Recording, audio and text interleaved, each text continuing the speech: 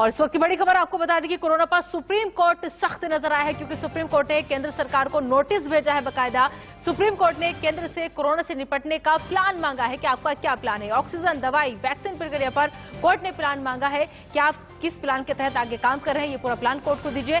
Corona पर supreme court ने स्वतः संज्ञान लिया है। लॉकडाउन लगाने के अधिकार पर भी जानकारी मांगी है सरकारों से। कोरोना पर कल सुनवाई करेगा सुप्रीम कोर्ट। बड़ी खबर इस वक्त की, लॉकडाउन लगाने के अधिकार पर भी जानकारी मांगी है सुप्रीम कोर्ट ने। इसके अलावा कोरोना पर कल फिर से सुप्रीम कोर्ट जो है वो सुनवाई करेगा। सुप्रीम कोर्ट ने केंद्र सरकारों को बकायदा नोटिस भेज करके कोरोना से निपटने का प्लान मांगा है।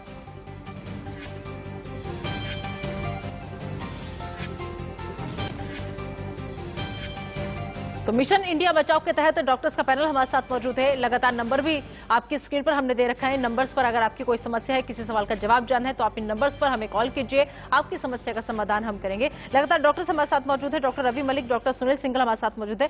डॉक्टर सुनील सिंघल जी, मैं अब आपका रुख करना चाहूंगी, आपसे समझना चाहूंगी कि इस वक्त जो हालात है देश के, एक समस्या बहुत ज्यादा ये आ रही है कि कुछ लोग ऐसे हैं जिन्हें फीवर है, फीवर आते ही डर की वजह से टेस्ट उन्होंने करा लिया है, लेकिन रिपोर्ट आने में बहुत ज्यादा वक्त लग रहा है। इस बीच इस कंडीशन में वो लोग क्या करें जब तक रिपोर्ट ना आ जाए, कैसे एहतियात बरतें? देखिए, अगर किसी को फीवर आ रहा है या उसको लगता है कि उसको कोरोना जैसे लक्षण है, तो पहले तो अपने डॉक्टर से संपर्क करें और रिपोर्ट कराएं। और अगर रिपोर्ट आने में टाइम लग रहा है और उनको सिम्टोमेटिकली बेटर नहीं हो रहा है और सिम्टम बढ़ते जा रहे हैं, जैसे सांस में तकलीफ बढ़ती जा रही है या उनका बुखार बढ़ता जा रहा है या दवाई लेने से ना आराम है, तो ऐसी स्थिति में एक टेस्ट होता है HRCT टेस्ट। वो टेस्ट हम करवा सकते हैं, जिसकी रिपोर्ट तुरंत या कुछ घंटे में मिल जाती है और उससे हम कंफर्म कर सकते हैं कि उस मरीज को कोरोना होने की संभावना है या नहीं। तो ये टेस्ट है और कुछ ब्लड के टेस्ट हैं जो हमें एक पैरामीटर से बता देते हैं कि कोरोना की संभावना है नहीं। तो ये टेस्ट अगर किसी को दिक्कत आ रही है तो ये टेस्ट करवा लें और उससे हम पता लगा सकते हैं कि कोरोना है नहीं। और मैं एक बात और बताना चाहूंगा आपको कि आजकल जो कोरोना का टेस्ट हो रहा है उसमें काफी सारे लोगों की रिपोर्ट नेगेटिव आ रही है। मतलब जो RT-PCR टेस्ट हम कर रहे हैं वो नेगेटिव आ रहा है। बट जैसे हम HRCT टेस्ट करते हैं, क्योंकि उन पेशेंट को तकलीफ है और तकलीफ में रिपोर्ट उनकी नेगेटिव है और हमें संभावना रहती है कि इनको कोरोना है, तो हम उनका अगर HRCT टेस्ट करा रहे हैं तो उससे हमें कोरोना का कंफर्मेशन हो रहा है और हम उनका इलाज। जी ठीक है, हमारे साथ एक कॉलर जुड़ चुके हैं, विश्वास। विश्वास, स्वागत है आपका इंडिया न्यूज पर। जी विश्वास, रखिए अपनी बात, क्या सवाल आपका? मेरा सवाल यह है, मेरे को दोनों इंजेक्शन लग चुका है और मेरे को बीच में सर्दी जुकाम हुआ था लेकिन ठीक हो गया, लेकिन मुंह में टेस्ट नहीं है, तो फिर मेरे को कोरोना टेस्ट कराना चाहिए? जी डॉक्टर रवि मलिक, मैं आपसे इसका जवाब जानना चाहूंगी। उन्होंने कहा कि वो दोनों डोज ले चुके हैं, लेकिन उसके बावजूद जो स्वाद है, जो एक मेन लक्षण में आता है इसका कोविड के, कि स्वाद गायब हो जाता है जीभ का, उनको स्वाद नहीं आ रहा है, तो क्या उन्हें फिर से टेस्ट कराना चाहिए? इसके आंसर को मैं दो भागों में बांट के बताऊंगा। बड़ा अच्छा सवाल इन्होंने पूछा और ये बड़े सारे लोगों के दिमाग में ये भी सवाल है। देखिए, जब भी आप इंजेक्शन की 2 डोज ले लेते हैं और उसके बाद 2 हफ्ते का पीरियड निकल जाता है तो आपकी इम्यूनिटी डेवलप होती है। अब इम्यूनिटी डेवलप होने के बाद में 70 से 75% चांसेस हैं आपको कोरोना नहीं होगा, लेकिन 25 से 30% चांसेस हैं कि आपको कोरोना होगा, लेकिन वो सीरियस नहीं हो पाएगा, है ना, बहुत ज्यादा आपको सीरियस नहीं करेगा। तो अब अगर आपके दोनों इंजेक्शन लग गए, आपके 2 हफ्ते भी हो गए, आपकी इम्यूनिटी भी डेवलप हो गई और आपका टेस्ट जा रहा, तो हो सकता है आपको कोरोना हो, आप तुरंत अपना टेस्ट करा के देखिए। इसके बावजूद कोरोना हो सकता है, उसकी संभावना 25% है, 30% है, लेकिन ये बताना चाहूंगा इसमें आप सीरियस नहीं होंगे, आपकी मृत्यु बिल्कुल नहीं होगी, आप उस कगार पर नहीं पहुंचेंगे कि कोरोना की जो सीवियर स्टेज है और जो लास्ट स्टेज है वहां तक आप नहीं पहुंचेंगे। होता क्या है, वैक्सीनेशन के बाद में इम्यूनिटी डेवलप हो जाती है, लेकिन वायरस कई बार जो है नेजल पैसेजेस के अंदर पर्कुलेट करता है, वहां पर वो थोड़ा डिवाइड भी करता है, लेकिन वो शरीर के ऊपर जो है, जिसको साइटोकाइनिन स्टॉर्म कहते हैं या बहुत बड़े बड़े निमोनियास कहते हैं, वहां तक की लेवल तक वो नहीं जा पाता, क्योंकि आपकी एंटीबॉडीज रोग प्रतिरोधक जो क्षमता है वो आपकी डेवलप हो जाती है। जी बिल्कुल। नरेंद्र हमारे साथ जुड़ गए अगले हमारे कॉलर। जी नरेंद्र, रखिए अपनी बात। हेलो जी नरेंद्र, बोलिए। मैडम जी, ऐसा है 2011 में मेरा ओपन हार्ट सर्जरी हुई थी और मैडम फिर 2011 में मेरे को ब्रेन हेमरेज हो गया था और मैडम 2019 में मेरे को दौरे पड़ने चालू हो गए थे और मैडम मेरे पेट में एसिड बनता है, तो क्या इंजेक्शन लगवाना मेरे लिए सुरक्षित होगा? ठीक है, जवाब ले लेते हैं। सुनील सिंघल जी, आपने सुना कि उनको कितनी समस्या है 2011 से। अब इस कंडीशन में वो ये जानना चाहते हैं कि क्या ऐसे में वो वैक्सीन लें या ना लें। जी हाँ जी, देखिए वैक्सीन लेना सबके लिए आवश्यक है और जैसा कि हम बार बार दोहरा रहे हैं कि जिसको कोमॉर्बिड कंडीशंस हैं उनके लिए तो वैक्सीन बहुत एसेंशियल है और हमारी सरकार ने भी जिनको कोमॉर्बिड कंडीशंस थी उनके लिए पहले शुरुआती दौर में वैक्सीन मुहैया कराया ताकि उनको समस्याएं कम आई, क्योंकि पहले उनको समस्याएं अगर वो किसी कारणवश कोरोना से ग्रस्त हो जाते हैं, पीड़ित हो जाते हैं तो उनको कॉम्प्लिकेशन होने के चांस ज्यादा रहते हैं। तो ऐसे लोगों को तो वैक्सीन जल्दी से जल्दी ले लेना है और इनको वैक्सीन जरूर लेना। बिल्कुल ठीक है। डॉक्टर रवि मलिक, अब मैं आपसे एक सवाल पूछना चाहूंगी। योगेश दिल्ली से हमारे साथ एक और कॉलर जुड़ चुके हैं। जी योगेश, स्वागत है आपका इंडिया न्यूज पर। योगेश, रखें अपनी बात, क्या सवाल है आपका? जी डॉक्टर साहब, मेरा एक्चुअली मैं 8 अप्रैल 2021 को अभी मेरा जो है कोविड का ऑपरेशन मतलब जो भी इलाज हुआ था सर, मैं डिस्चार्ज हुआ हूँ 8 अप्रैल को।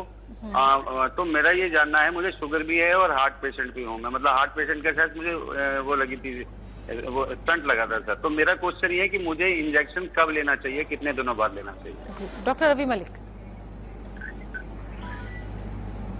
8 से 12 हफ्ते के बाद आपको जो इंजेक्शन है वो आपकी बीमारी ठीक होने के, जब आप बिल्कुल ठीक हो जाते हो उसके 8 से 12 हफ्ते के बाद जो है आपको वैक्सीनेशन लगेगी, उससे पहले आपको वैक्सीनेशन नहीं लगेगी। जी, तो आपने उम्मीद है कि आपको आपके सवाल का जवाब मिल गया होगा। डॉक्टर सुनील सिंघल, एक और हमारी कॉलर अनुभा जुड़ चुकी है दिल्ली से। वो जानना चाहती है कि उनका सवाल ये है कि उनको 3 से 4 दिन हो गए हैं, फीवर है, लेकिन अब फीवर उतर चुका है, लेकिन मुंह का जो जायका है वो बिल्कुल जा चुका है, उन्हें स्वाद नहीं आ रहा है। तो ऐसे में क्या उन्हें टेस्ट करवाना चाहिए या फिर थोड़ा वेट करना चाहिए?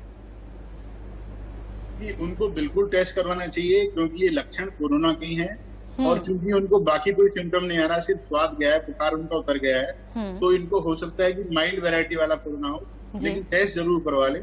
टेस्ट से ही कंफर्म हो पाएगा कि कोरोना है नहीं, लेकिन संभावना बहुत ज्यादा है कि कोरोना उनको। ठीक है अनुभा, आपको आपके सवाल का जवाब मिल गया होगा कि टेस्ट आपको जरूर करवाना चाहिए, कि हो सकता है कि आपको कोविड हो, क्योंकि जो लक्षण है वो पूरा इस तरफ इशारा कर रहे हैं। ठीक है डॉक्टर गिरीश, हमारे साथ इस वक्त राजस्थान से धीरेन्द्र, माफ कीजिएगा धीरेन्द्र, राजस्थान से इस वक्त कॉलर जुड़ गए। धीरेन्द्र, आपका स्वागत है इंडिया न्यूज पर। जी धीरेन्द्र, अपना सवाल पूछे। नमस्कार। पहला डोज मैंने इंजेक्शन का लगवाया था कोवैक्सीन को, कोविशील्ड का। अब सेकंड डोज क्या कोविशील्ड का लगेगा या दूसरा कोई भी लग सकता है कोवैक्सीन? ठीक है डॉक्टर रवि मलिक। देखिए, अगर आपको जो भी कंपनी का पहला इंजेक्शन लगा, दूसरा इंजेक्शन भी उसी कंपनी का लगेगा। आप अपनी वैक्सीन को चेंज नहीं कर सकते, ये अभी की प्रोटोकॉल है। लेकिन हाँ, अभी इसमें शोध हो रहा है कि अगर बाई चांस किसी इंजेक्शन की कमी होती है तो फिर क्या दूसरा इंजेक्शन लग सकता है कि नहीं। लेकिन अभी तक के इंस्ट्रक्शंस बिल्कुल क्लियर है। अगर आपको कोविशील्ड लगा है तो आपको केवल कोविशील्ड लगेगा। थोड़ा ड्यूरेशन का फर्क है, कोविशील्ड 6 से 8 हफ्ते बाद लगेगा, कोवैक्सीन 4 से 6 हफ्ते बाद लगेगा। लेकिन अभी आप अपने ब्रांड को बिल्कुल चेंज नहीं कर सकते। दूसरी चीज, आपको कहीं उपलब्धि की दिक्कत हो, जो कि वैसे है नहीं उपलब्धि की दिक्कत, तो आप एक सेंटर को छोड़ के दूसरे सेंटर पे भी जा सकते हैं। तीसरी चीज, हो सकता है कि आपको 2-3 सेंटर पे वैक्सीन ना मिले, एक ऐसी इमेजिनरी सिचुएशन लेते हैं, तो भी आपके पास में विंडो पीरियड होता है 4 से 6 हफ्ते का। 2 हफ्ते के अंदर जहां पर भी उपलब्ध हो आप लगवा सकते हैं, इसमें कोई पैनिक की बात नहीं। ठीक है, अगली कॉलर सलोनी हमारे साथ जुड़ चुकी हैं दिल्ली से। जी सलोनी, स्वागत है आपका इंडिया न्यूज पर, रखें अपनी बात। हाँ जी मैम, मेरे ब्रदर हैं करण, उनको पहले फीवर था 3-4 दिन से, तो फीवर की दवाई ले रहे थे पैरासीटामोल। अब उनके गले में टॉन्सिस बहुत ज्यादा हो गए हैं। कोरोना टेस्ट तो कराया है लेकिन उसकी रिपोर्ट अभी नहीं आई है। वो 2 दिन में आएगी या 4 दिन में आएगी, ये इन्फॉर्मेशन नहीं है अभी, रिपोर्ट नहीं आई है। लेकिन गले में इतने ज्यादा टॉन्सिस है कि पानी पीने से भी बहुत ज्यादा पेन हो रही है। तो क्या करना चाहिए अब ये जाने इस सिचुएशन में जब तक रिपोर्ट नहीं आ जाती? डॉक्टर सुनील सिंघल। ठीक है, जवाब ले लेते हैं। देखिए, अगर ये जो लक्षण हैं टॉन्सिस वाले या गले में दर्द वाले और फीवर वाले, ये कंसिस्टेंट हैं कोरोना के, पहली बात। दूसरी बात, अगर इनको फीवर हाई ग्रेड का आ रहा है तो अपने जो भी डॉक्टर से संपर्क करें, उनसे संपर्क करें। और जैसे मैंने पहले भी कहा कि एक टेस्ट चेस्ट का है जिसको हम HRCT, high resolution CT scan test का कहते हैं, वो करवा लें। और कुछ ब्लड के टेस्ट होते हैं जैसे CPC, CRP, वो भी हमें एक दिशा निर्देश देते हैं कि इसको कोरोना की संभावना है। पर डॉक्टर से जरूर संपर्क करें। अगर आपका बुखार नहीं उतर रहा है और सिम्टम्स आपके बढ़ते जा रहे हैं, वो डॉक्टर्स आपको एडवाइस करेंगे आपको क्या क्या दवाई लेनी है ताकि आपको तुरंत आराम मिले। जी, तो उम्मीद है कि आपको जवाब मिल गया होगा। मथुरा से अमित हमारे साथ नए कॉलर हमारे जुड़ गए हैं। जी अमित, स्वागत है आपका, पूछिए अपना सवाल। नमस्कार मैम। नमस्ते मैम, ऐसा है कि मेरी मम्मी को अभी 8 महीने पहले ब्रेन हेमरेज हुआ था। जी मैम, मेरे मदर को अभी 8 महीने पहले ब्रेन हेमरेज हुआ था जी, तो उनको ये इंजेक्शन लगवा सकते हैं? ठीक है, जवाब लेते हैं डॉक्टर रवि मलिक। बिल्कुल ले सकते हैं। देखिए, मैं बताऊंगा, किसी भी मरीज जिसको कि डायबिटीज है, हाइपरटेंशन है, स्ट्रोक्स हो रखी हैं, हार्ट अटैक्स हो रखे हैं, ये सब हाई रिस्क में आते हैं, इनको वैक्सीन देनी बहुत बहुत बहुत आवश्यक है। अगर आपकी मदर को 8 महीने पहले ब्रेन स्ट्रोक हुआ है, इन्फेक्शन हुई है, या इवन ब्रेन हेमरेज भी हुआ है, इंजेक्शन की कोई कॉन्ट्राइंडिकेशन नहीं है। यहां पे मैं आपके अपने जवाब को थोड़ा और एक्सटेंड करते हुए बाकी व्यूअर्स को भी बता दूं, केवल ये इंजेक्शन नहीं दिया जा सकता जो बच्चे 18 साल से छोटे हैं, नंबर 1, प्रेग्नेंट एंड लैक्टेटिंग महिलाएं, नंबर 2, नंबर 3 जिनको की इम्यूनो सप्रेसेंट दवाइयां चल रही हैं और नंबर 4 अगर आपको हाई ग्रेड फीवर है तो आप उस टाइम पे इंजेक्शन नहीं लगा सकते, this is a temporary contraindication. या आपको 5th है कि अगर आपको पुरानी इंजेक्शन से सीवियर रिएक्शन हुई है, आप नहीं लगवा सकते। इसके अलावा कोई भी कंडीशन हो, you can go and get your vaccination done. तो अमित, उम्मीद है कि आपको जवाब मिल गया होगा। आप अपनी मम्मा को ले जाइए और बिल्कुल बिंदास होकर के ये वैक्सीन आप उनको लगवाइए, किसी भी तरह के कोई कंफ्यूजन में आप मत रहिए। और हरियाणा से सतीश हमारे साथ जुड़ चुके हैं अगले कॉलर। सतीश, स्वागत है आपका डी न्यूज पर, पूछिए अपना सवाल। क्या सवाल है आपका? हेलो जी सतीश, आपकी आवाज आ रही, रखें अपना सवाल। सर, मैडम मेरे को ना फ्लोक्सिन साल्ट रिएक्शन करता है, तो मैं कोविड का इंजेक्शन लगवाऊं कि नहीं लगवाऊं? ठीक है, जवाब ले लेते हैं। सुनील सर, क्या मैं पूछ रहा हूँ क्या रिएक्शन करता है?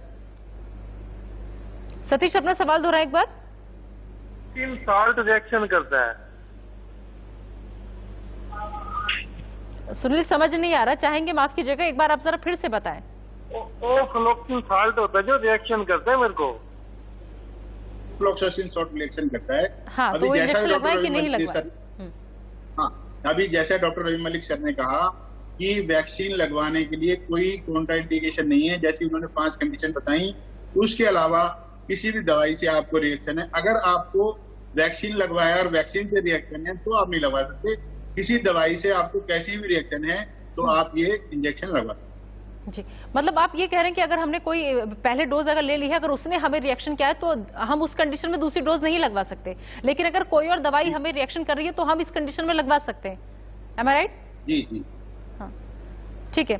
और एक चीज और मैं यहाँ पर समझना चाहूंगी डॉक्टर साहब आपसे कि अक्सर हम लोग देखते हैं, मेरा सवाल जो है ये मेरा सवाल है अब डॉक्टर रवि मलिक से, कि हम लोगों को ये एहसास नहीं हो पाता क्योंकि हमारे माइंड में एक छवि जो है वो ये बन चुकी है कि अगर हम भीड़ भाड़ वाली जगह में जाएंगे तभी कोरोना हमें लगेगा, हम किसी के टच में आएंगे तभी लगेगा। लेकिन अक्सर देखा जाता है कि हम लिफ्ट में होते हैं या फिर हम अपनी कार में जाएं, हालांकि अभी तो हाईकोर्ट का आदेश है कि उसमें भी मास्क लगाना जरूरी है, लेकिन हम जब अकेले हो जाते हैं तो हमें लगता है कि हम सेफ हैं और मास्क हम हटा देते हैं।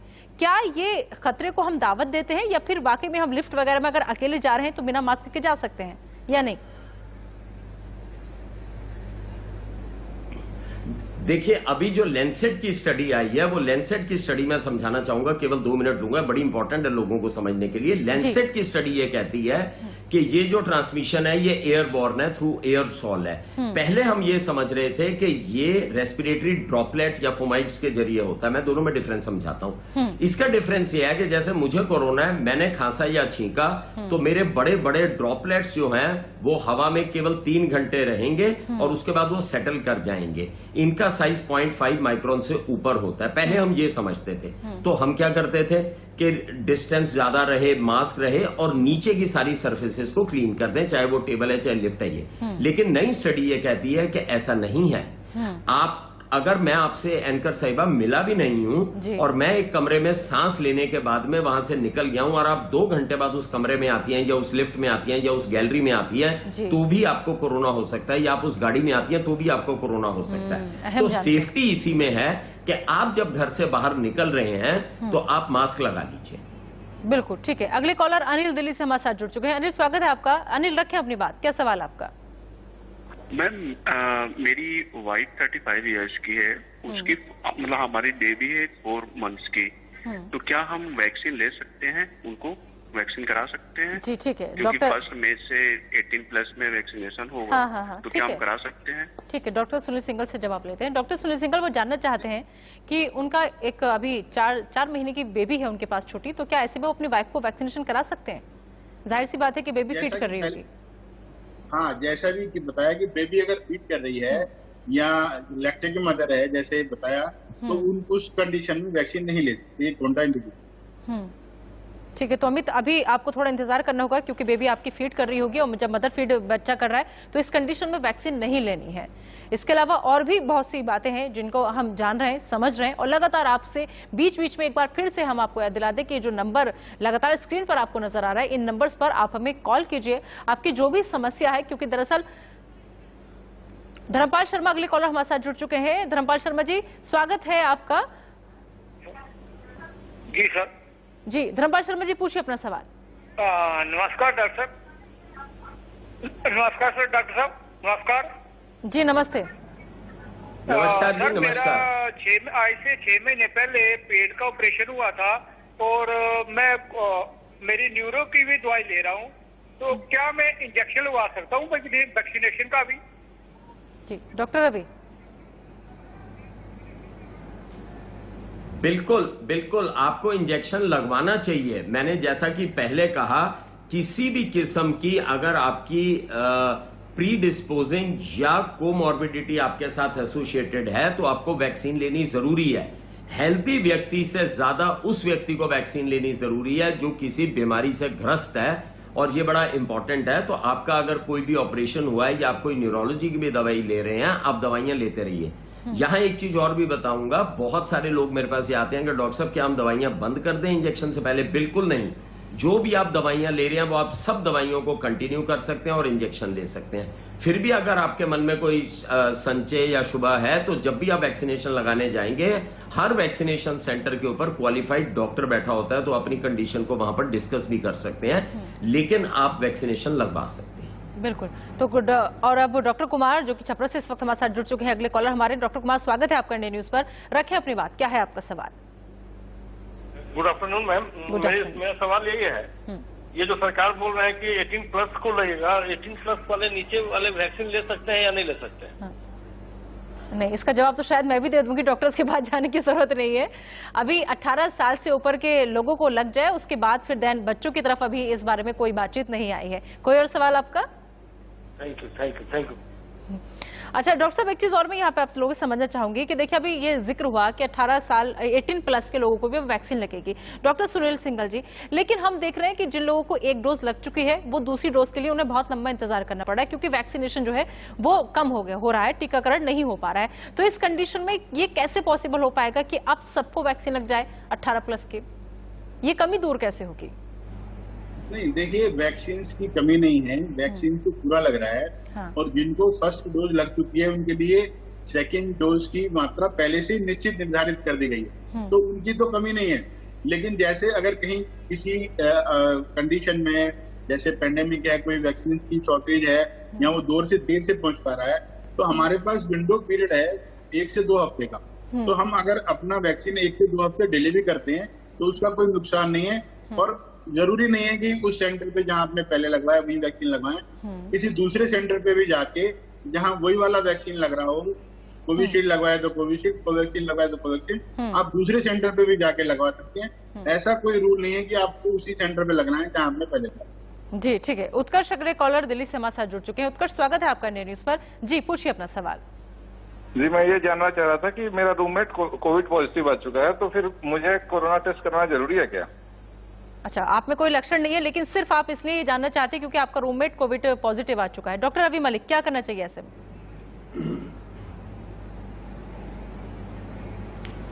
देखिए, अगर आपका रूममेट पॉजिटिव आ गया है तो आपको टेस्ट कराने की आवश्यकता नहीं है, क्योंकि हेल्थ केयर सिस्टम के ऊपर ऑलरेडी लोड बहुत ज्यादा है। आप उनको आइसोलेट कर लीजिए, अपने आप को ऑब्जर्वेशन में रखिए। अगर आपको किसी भी किस्म का सिम्टम आता है तो आप तुरंत अपना टेस्ट कराइए, और अगर आपको लगता है कि आप बिल्कुल हेल्दी हैं तो फिर नहीं। उसमें भी मैं बताना चाहूंगा, जरूरी नहीं है कि आप किसी भी व्यक्ति के कांटेक्ट में आते हैं तो आपको कोरोना होना ही होना है। इस तरह से तो हमारे सारे डॉक्टर अभी तक सभी ग्रस्त हो जाएंगे, तो ऐसा भी नहीं है। तो हम लोग उसमें इंतजार करेंगे। जिस तरह से हमारे देश के आंकड़े इतने ज्यादा बढ़ रहे हैं और हेल्थ केयर के ऊपर इतना ज्यादा लोड है, आपको ये भी मालूम होगा कि RT-PCR टेस्ट की भी बहुत ज्यादा 3-3 दिन बाद रिपोर्ट आती है।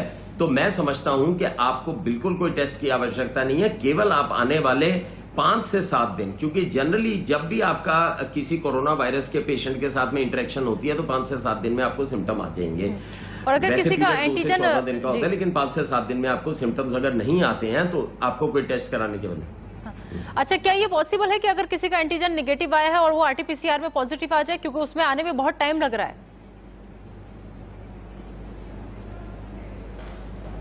बिल्कुल, मैं यहां पर बताना चाहूंगा जो रैट, ये इसके 2 टेस्ट हैं। एक तो जिसको हम रैट कहते हैं, रैट टेस्ट होता है कि रैपिड एंटीजन टेस्ट, और दूसरी तरफ एक टेस्ट होता है RT-PCR।